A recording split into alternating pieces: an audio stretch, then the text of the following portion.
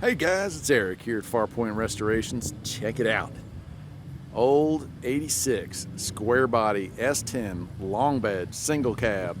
When was the last time you saw one of these in any kind of shape? This one's actually in pretty darn good shape. Came into the shop, we were checking it out. I thought I'd take it for a quick spin and show it off. Yeah.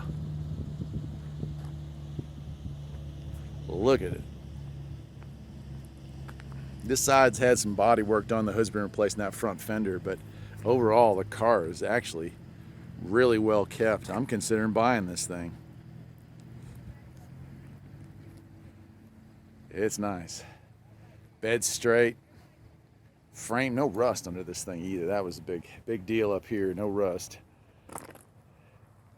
Now, this didn't have the rear bumper. I don't know if somebody took it off at some point, but you could get a steel bumper for that thing.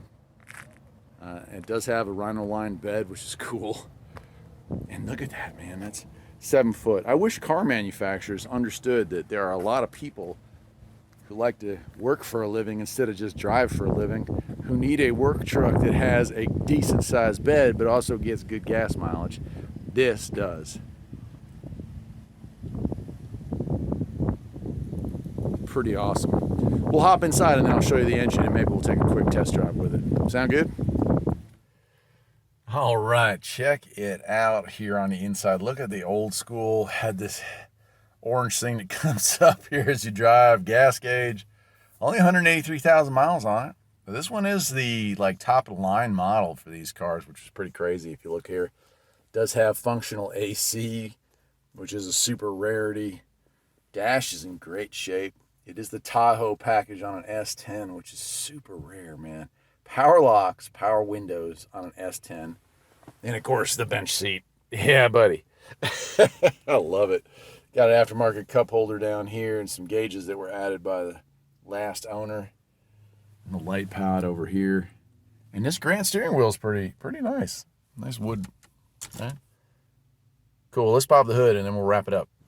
Here we are with the hood up, and check this out, man. Now, I thought it would have the 4.3 Vortec, but nope, this predates that. This is the Chevrolet 2.8 V6. It does have the later style rotary compressor, and it's had some work done to it. It's kind of hard with the lighting here, but it's got headers, and it's got a custom exhaust, which for my taste is a little too loud, but I mean, think about this model car coming with cruise control. That's vacuum operated cruise right there. So this thing was really decked out for its era.